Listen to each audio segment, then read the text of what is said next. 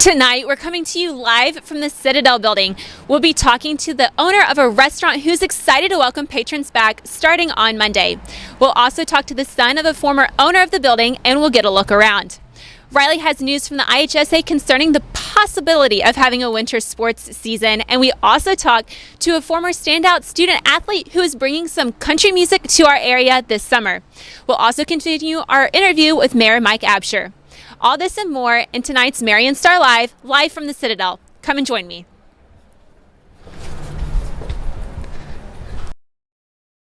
Now live from Swinford Media Group.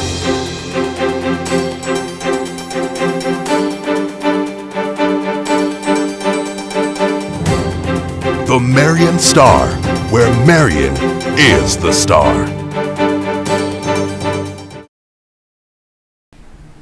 Good evening and welcome to this week's edition of the Marion Star Live. I'm Riley Swinford. And I'm Rachel Stroud. Tonight we're coming to you from the second floor of the Citadel building.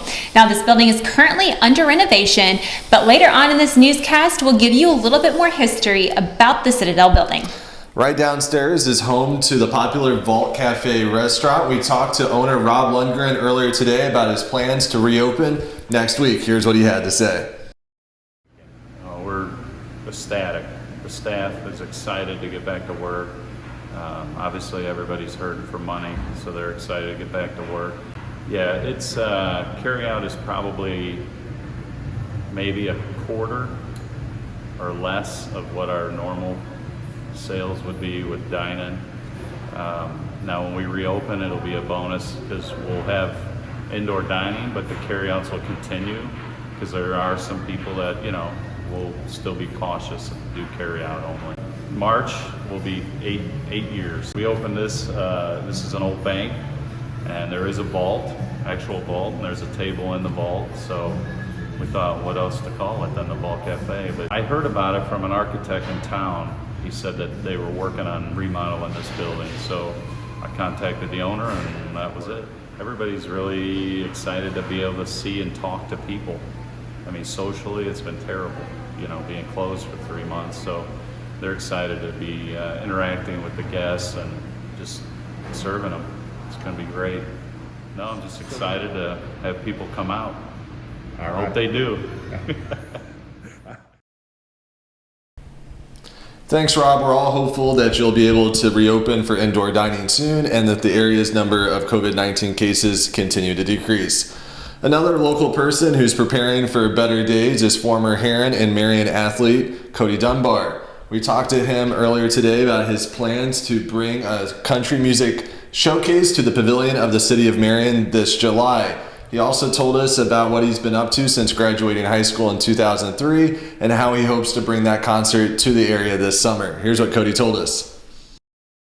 I transferred to Heron in the middle of my junior year after I didn't make the basketball team in Marion. I was kind of, my parents saw that I was kind of upset and just kind of disappointed with that. So they then were able to go and get a duplex for us to live over there. And we lived over there for a year and a half, and my parents made 2 house payments just for me to go over there. So it was definitely worth it though. I was able to make all basketball, football, and baseball team over there, and I got college scholarship offers in all 3 sports, and it really worked out. Met a bunch of amazing people over there. I mean, it was kind of funny because before I moved over there was that Marion Heron huge rivalry, and you didn't like Heron didn't like Marion, and it was kind of like they teased each other back and forth and all that. But then when I moved over there, it was kind of like people kind of came together a little bit because I had a bunch of friends, and it wasn't a bad rivalry. It was more of a fun, friendly competition more when I moved over there. So I went to SIU my freshman year. I was kind of dead set out of high school on, playing Division I baseball. I was a little stubborn, didn't really listen to any other offers. Went there it was a new thing for me. I'd always, been at home as my first time away from home. And I got caught up in, the college and the girls and just it's the college scene. You get to go eat on your own. You don't have to, I can go get Don Taco at 11 o'clock at night if I want to, or whatever, you get away from home and you lose focus. Grades stayed up, so that was good. But I got caught up in the social aspect, and there was so many people from so many different places, and I got to meet a bunch of friends and just I don't know, I got caught up in the college scene a little bit, but then went back to Johnny Logan my sophomore year.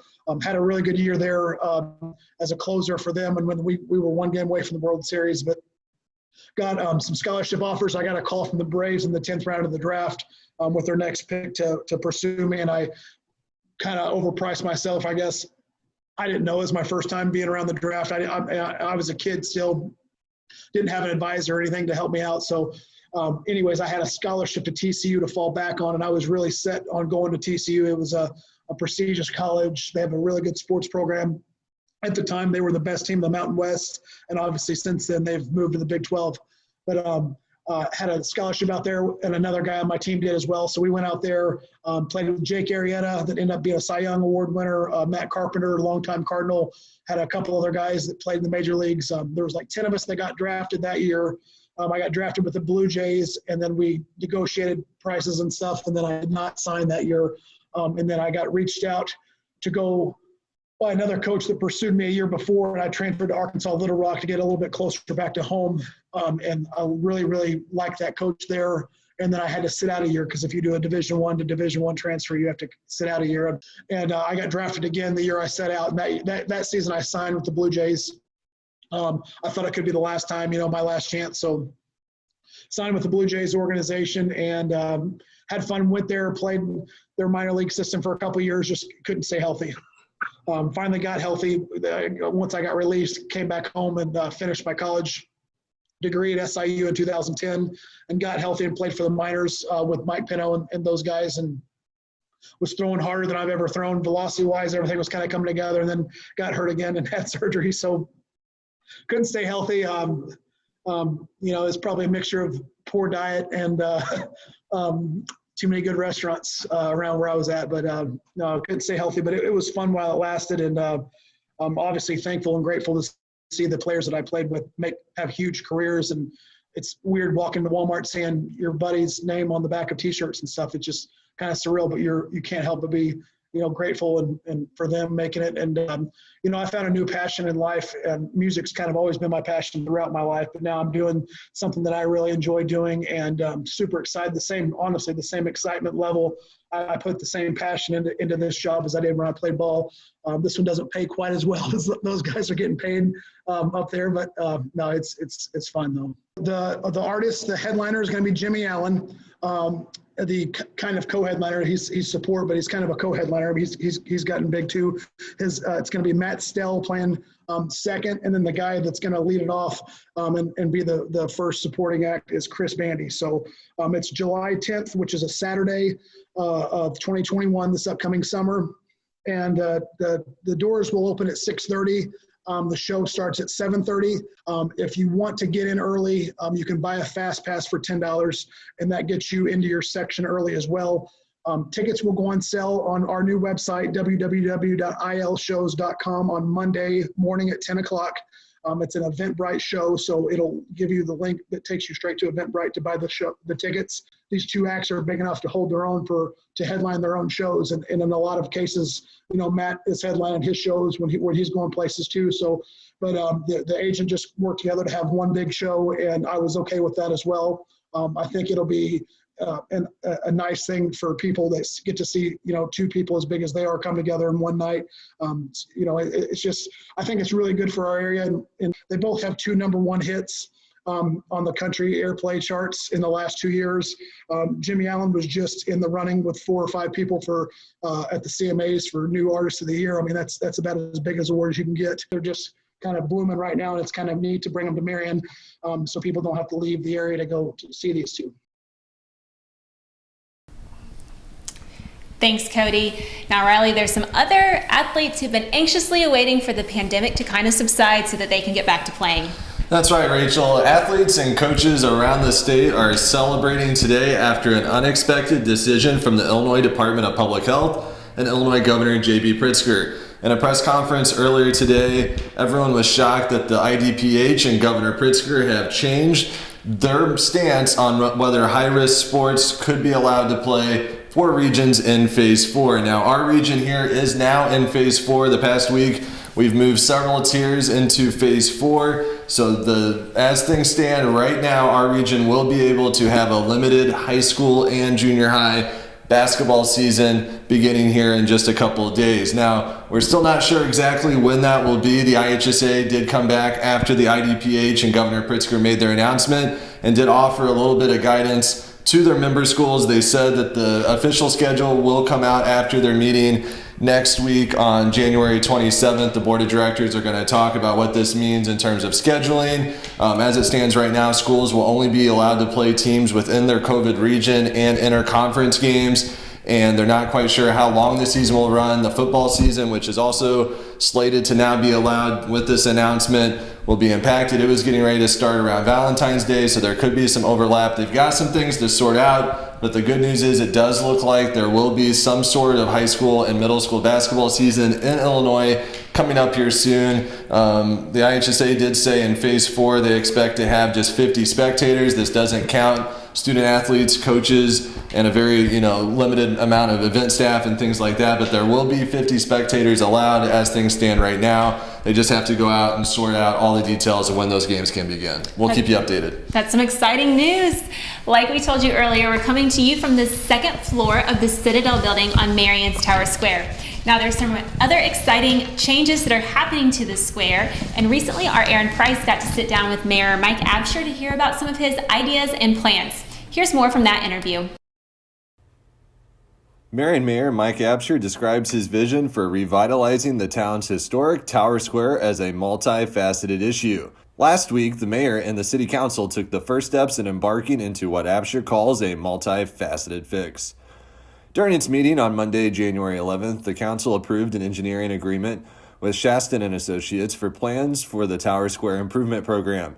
This allows the city and the engineers to begin developing an overall plan on how to fix a variety of issues downtown, ranging from infrastructure and safety needs to aesthetic and beautification projects. I'm excited. I'm grateful that the council is, like you point out, chosen to move forward with this. And almost immediately they were out here surveying, and once we signed that agreement for the engineering study, and we have some meetings set up with the fountain design people and some of the lighting experts that are going to reimagine how this looks, and I'm excited to get in the middle of all that and see it come to fruition. I think people will be very happy at the end of the project at what it's become, and again, just be more and more reasons to want to not only visit downtown but to stay down here, walk around, and enjoy our history. The whole revitalization project as a whole is about a 5-year plan, Absher said. The project will start in the center of the square in the area around the clock tower and move outward. We're just now starting to get into it, and the design is not complete. It's not agreed on as to what elements are there or are not, but I hope that once we do get on that, the construction won't take all that long, and we'll be able to enjoy it by the fall or at least the winter. Absher said the plan will incorporate a water feature of some sort, likely a fountain, rather than a splash pad, which had been rumored previously. Absher said the fountains could be lit by LED lights and could be timed to music for a nightly display. Ice skating could also be incorporated in the wintertime. Some pergolas will also be built around the various walkways around the square to provide shade for those who want to have picnics or sit out and play music. So that, again, the whole point is to have reasons for people to visit the square continually and to enjoy it. Absher hopes the work on the center part of the square is done by Christmas time of this year. Absher said he expects the beginning phases of the work to have a minimal effect on traffic around the square. Absher said the outermost part of the circle around the clock tower will largely remain unchanged, except for some revamped landscaping. The monuments that are already in place will stay in place, but may be remounted or resurfaced to make the displays a little more uniform. If you look out there, the last time that this was really invested in was 50 years ago. It really has not changed. We've added things, obviously, and obviously the trees have grown and such, and the benches have changed. But all of those flower boxes, which are very geometric and very 70s-ish, those will be coming out. And there's a much larger area there than it meets the eye if you actually go out there and walk around it. So it's more of that stuff that just has to be removed and re-envisioned as to how we can use that space. So, a long-standing issue about Marion's downtown is a perceived lack of parking. Absher said this isn't the case, so he hopes the revitalization project can do a better job educating the public where they can find parking spots. We have plenty of parking down here that is city owned and it's free to park in. We've just done a pretty mediocre job of identifying where that's at. Maybe even years ago we did a better job, but those signs have come down over time and whatnot. There's somewhere on the order of about 700. There was before we've acquired even more with this southeast quadrant here of where the Marion Daily building was and so forth. We've added another 50 or 60 there. So, but even before all of that, there were 700 city-owned parking places for free available to people within 3 blocks of the Tower Square. And so most downtowns would be envious of that kind of parking. We just have to identify it better. The vast majority of the improvements the City Council is considering are subject to the city receiving grant money through various grant cycles. These other types of improvement could impact the curbing, streetscaping, and safety issues, such as redirecting and slowing traffic around the square. These projects and proposals are part of a bigger downtown revitalization project that is now in motion, including restoring old buildings, bringing new businesses and apartments downtown, and public artwork and murals, among other things. Reporting with the help of Aaron Price for the Marion Star Live, I'm Riley Swinford.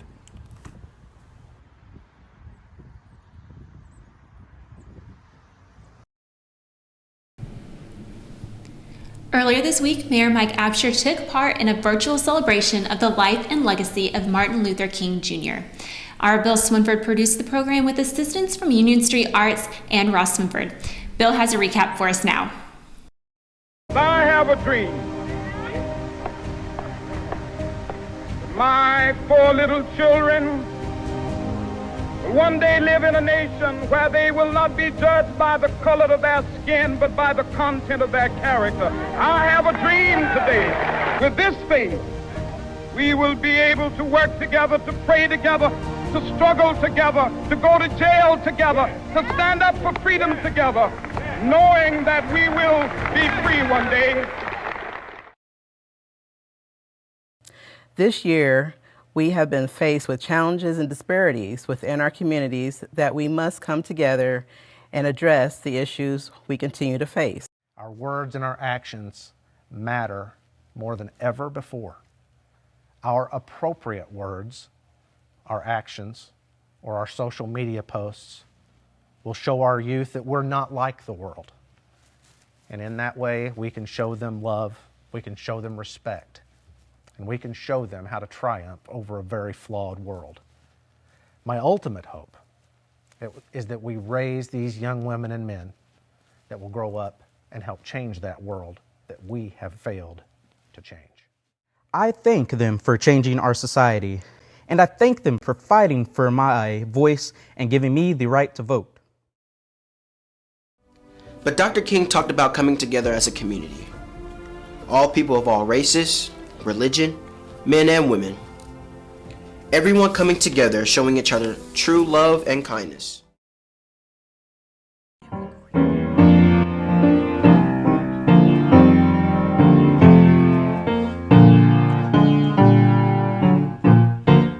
Lift every voice and sing till earth and heaven. He was a prose poem. He was a tragic grace. He was a war music. I rise. I am bringing the gift that my ancestors gave. I am the dream and the hope of the slave. I rise. I rise. I rise. Sit-ins, Hattiesburg, Selma. In 1963, my dad and I went to the March on Washington, where Reverend King gave his famous I Have a Dream speech. And we heard 250,000 people shout, "Freedom now." Darkness cannot drive out darkness. Only light can do that. Hate cannot drive out hate. Only love can do that. don't be afraid to take a risk, and don't be afraid to do it the way God's leading you to do it, because there's nothing wrong with that. And have courage to step out in that and to take that risk. Go in peace, my friends. Amen. And thank you for joining us today, for we have been blessed by you being here. Amen.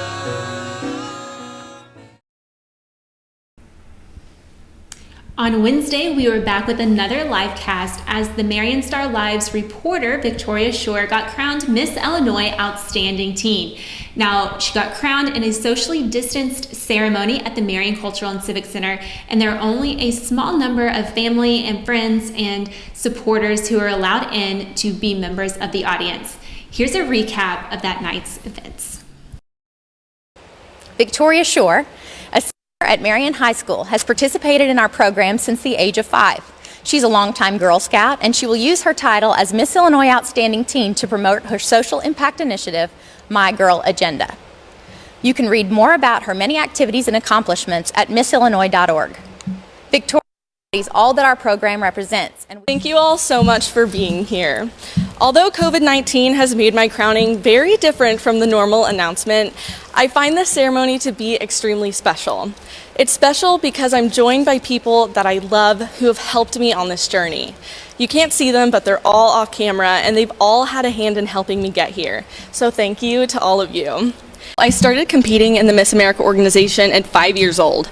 So I'm 18 now, and that means for 13 years I've been grinding and doing the work and trying to make myself better so that I can continue to be a role model to the girls of Illinois. And that's what this organization has really taught me.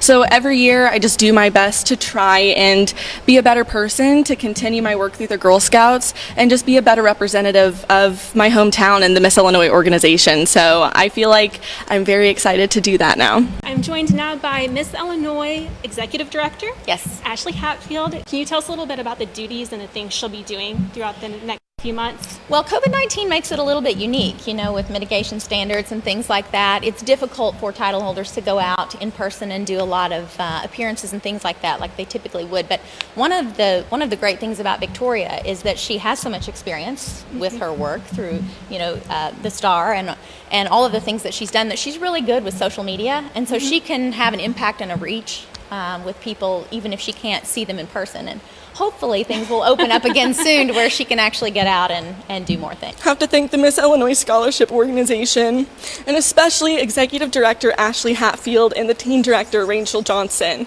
for believing in me and entrusting me with this title for the remainder of the year. I truly cannot wait to see what lies for me in the future, and I'm so ready to get to work as your Miss Illinois Outstanding Teen 2020. So thank you so much.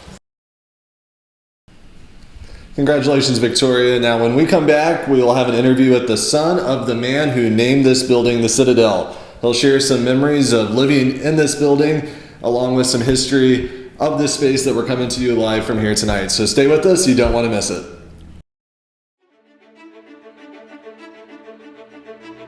Swinford Media and the Marion Star are proud to have the Watermark Auto Group as a sponsor of all our digital programming.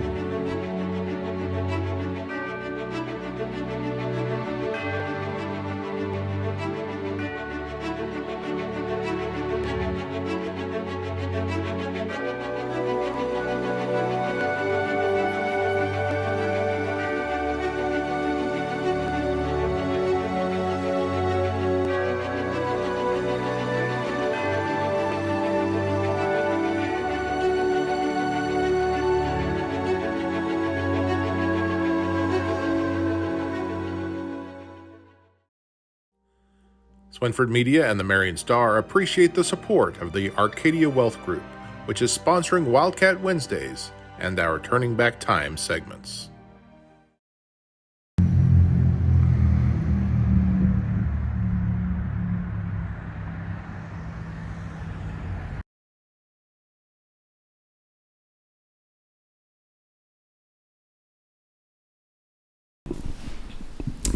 Welcome back. Now tonight we're coming to you live from the second floor of the Citadel building. Now this building is rich in history. It's kind of a staple here in downtown Marion on Tower Square Plaza. Tonight on our Turning Back Time segment, we want to go back and show you a little bit of this building's history and how it's impacted our area. Here's Bill with more.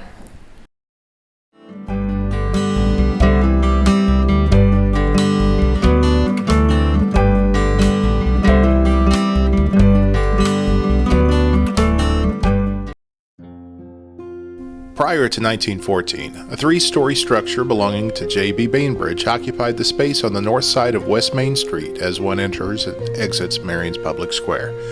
That building was demolished to make way for a new five-story structure that originally housed the Marion State and Savings Bank on the ground floor. Now, 106 years later, diners can visit the Vault restaurant on the same ground floor, complete with an experience eating inside the bank vault if desired. In the past, other businesses like Tony's Steakhouse in the 1970s occupied the space. But what's upstairs, on the bank's upper four floors? A visit to the second floor looks much like it probably did in the building's early days, with office space for the bank and other businesses, including a dentist office, we're told. With the original floors and this great view of the square, it appears ready to be used today with a few finishing touches. When the bank failed in 1930, the bank's new owner, Harry Norman, decided to convert the top three floors into a hotel. As we go up the stairs to those floors, we see space that hasn't been used in decades. But in its heyday, through the late 1960s, the Hotel State entertained guests like auto racer A.J. Foyt and his sons, singer Brenda Lee, and other entertainers in Southern Illinois for the DuQuoin State Fair.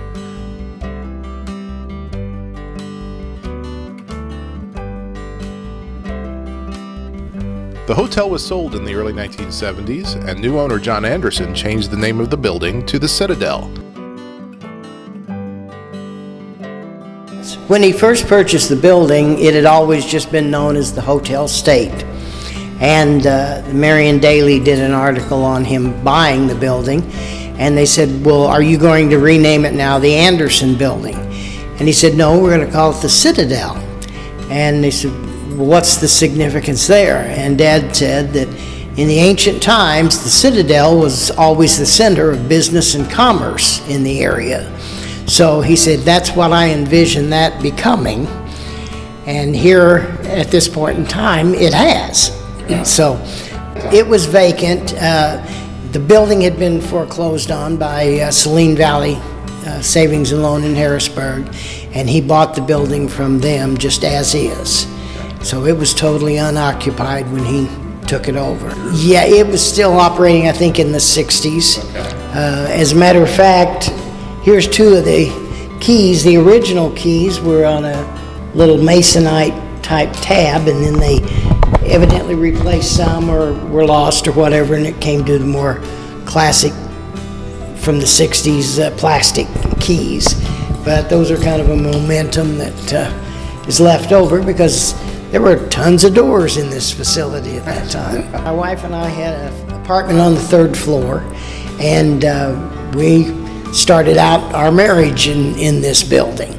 And then after we moved, Dad, many years later, decided that he didn't need his big house and the building too. So he and my mom moved into that same third floor, and then they utilized every room. We had access to the whole third floor, but we only utilized the rooms on the north side of the building. But Dad made he had a room for everything, a room for his paintings and a room for, Mom to do her thing. And they had a garden room that with greenery and Norfolk's pines and that sort of thing in there. And they had separate dining and living rooms and family rooms, and it was, you can imagine the size of this building. It was I think it had 13 rooms in the apartment. The elevator was working, but you had to be the elevator operator. So if you brought the elevator up to the third floor, anybody coming in to visit you, you'd either have to go get them or they'd have to climb the stairs. And the same thing true if either of us were gone, the other one probably had the elevator at the wrong location, you know, so we did a lot of stair climbing. In recent years, the building has been owned by developer James Jakob. But the building has more than just history. With a popular vault restaurant on the main floor, a solid structure, and plans in place to complete the upper floors, we look forward to telling you about future developments at the Citadel. Well, it's great to see it because they've maintained the integrity of the architecture in the way they've remodeled this second floor, and the light fixtures and such are appropriate for the time frame.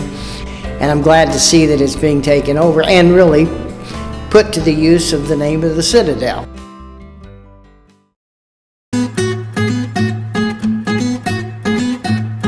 At Farmers State Bank, we prioritize not only our customers, but the communities that we live in during this very difficult time. We value your unwavering trust and loyalty in being your bank. Supporting and serving local businesses, familiar faces, friends and family. Each and every day is a large portion of our job. Farmers State Bank stands community strong. As your bank, we are committed to bringing you support, success, and strength during this time. Because we are and always will be here for you. At Farmers State Bank, no one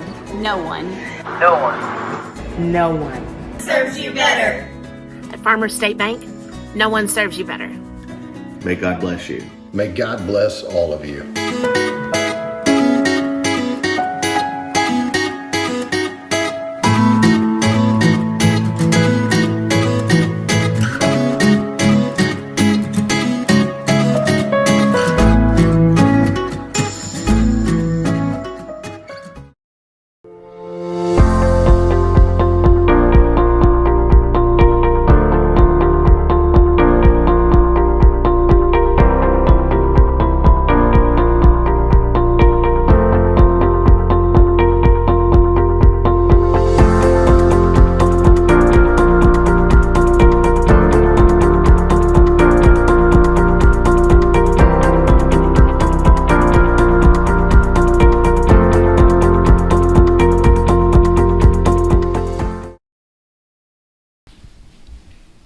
That'll just about do it for us for tonight. Now remember, if you liked the show, be sure you like, comment, and share this broadcast. Tag your friends if you think there's something that we talked about tonight that they might be interested in. It really helps us to reach a broader audience, and we're so thankful for your help. And before we go tonight, we do want to share with you the news of a job fair coming to Marion the next few days at the Oasis, which is formerly known as the Illinois Star Center Mall. The developers of the Oasis are inviting anyone interested in working a variety of jobs at the Oasis to stop in either tomorrow or Monday.